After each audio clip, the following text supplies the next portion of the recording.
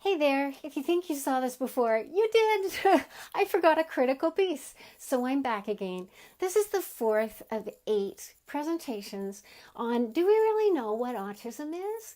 And this one is about are there really more guys than gals who are in the autistic spectrum? And the truth is, we've got gender parity. And I have 8 points to back that up that are all backed with research. So I'm Jackie McMillan of thrivewithautism.ca, and I hope you're going to find this helpful.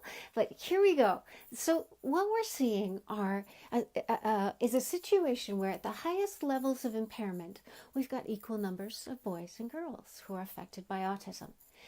And this means that there's something going on at the lesser levels of impairment.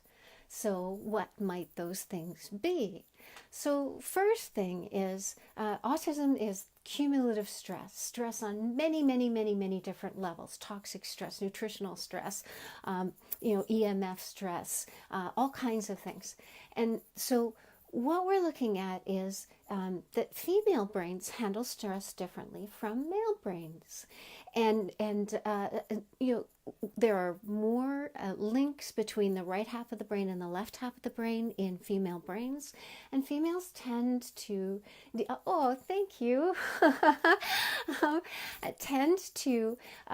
tend to handle stress more socially, whereas males tend to handle stress by isolating. And really, this is while females in the spectrum isolate as well, it's not as much as the males do. We camouflage more. All right, so that's the second. Numbers equal at highest impairment. Second, handle stress differently. Third is genetic buffering. Now, the jury's still out on this. This is still, they're gathering research going, okay, what is going on here? It might just be male brain, female brain thing. It might actually be genes that are different on the X chromosome or double X chromosome. But there do seem to be some indicators that this may be a factor. So that's the third. The fourth is camouflage. Most females are, hi Amanda, thanks for joining in.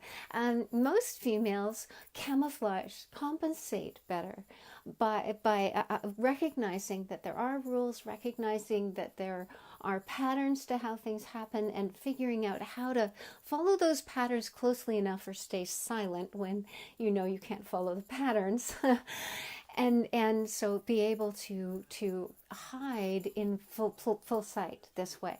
So that's the fourth one. The fifth one is, there are so many of us females in the spectrum who have tremendous trouble accessing diagnoses.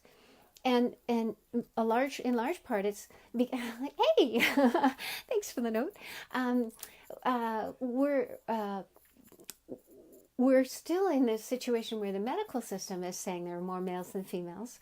They're not looking for females, and they're not recognizing that the characteristics of females having autism are different from males. So it's like heart disease. It's like so many other situations where males are the standard for how do you assess what is the problem is, and how do you treat that problem.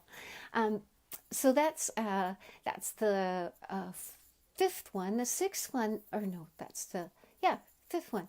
The sixth one is there are penalties out there for having a mental disability. Penalties like losing your job. I know a number of people who've gotten a diagnosis. Yes, it's true. Yeah, it's it's scary. I know a number of autistics who've lost their jobs because they've gone and gotten a diagnosis and then come out at work and had their employers, find ways to lay them off. And it's really difficult to get another job when you have a mental disability diagnosis.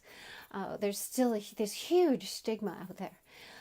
So the seventh one is we've got some big differences between what the expectations are and what the upbringing is for males and females. Still, it's frustrating, but it's still happening where it's a lot more acceptable for a female to be shy or to not be able to find her way around than it is, yeah, I get it, than it is for a guy, you know. For a guy to ask directions is like, ooh, don't do it. But for a girl, you know, to not be able to figure that out is somehow okay. It's okay to be ignorant. So that's just a little example there, but you know, we've also got this situation where girls are still really trained to help, to look at, okay, how can I support this situation or this person, whereas guys are much more trained to compete. Now, the eighth thing to kind of combat this whole idea that there are more guys than gals is special interests. Now, this is kind of camouflage, but it's really like we all have, all of us in the spectrum have really focused special interests. But the guys tend to have things like, you know, I had one friend who ended up becoming a scatologist, and that's someone who studies poo, studies animal poo. And so, you know, from an early age, he was looking at insect poo and all bird poo and, you know, figuring out what they were eating, figuring out all kinds of things about their lifestyle from their poo. And, you know, it's not that there's anything wrong with that. There's certainly jobs for people who study biology in all kinds of ways, but it's not a very normal interest. Whereas girls will tend to focus on things like horses or a particular game, and that often means that you know, they just don't stand out to the same degree. So.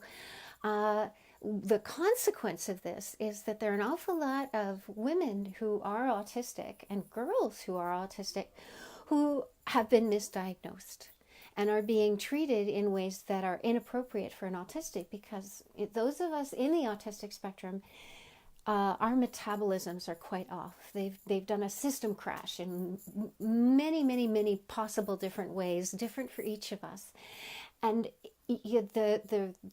what this means is that a lot of medications do not perform predictably in our systems. We often get all of the side effects and more, and you know, we're often on way lower dosages if we're taking those drugs.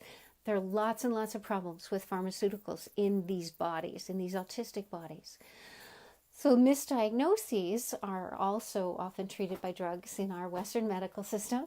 And these are things like fibromyalgia and obsessive compulsive disorder and dyslexia and bipolar and anxiety and ADHD, eating disorders, depression, and sensory processing disorder, or its old name, sensory integration disorder. So these are very common for women in terms of being misdiagnosed. So here we are.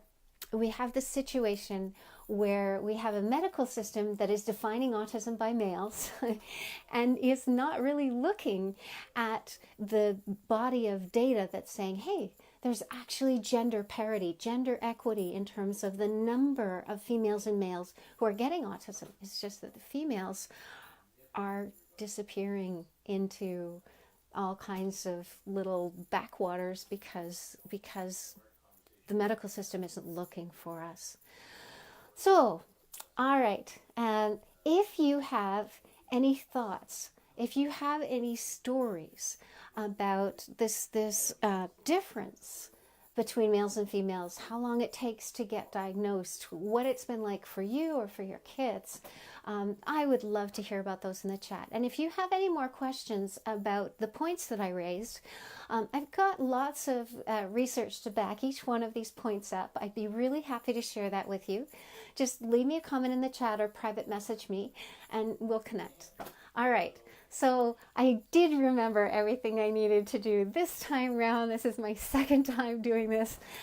Thank you for hanging in, and I will look forward to connecting with you sometime later. Bye-bye.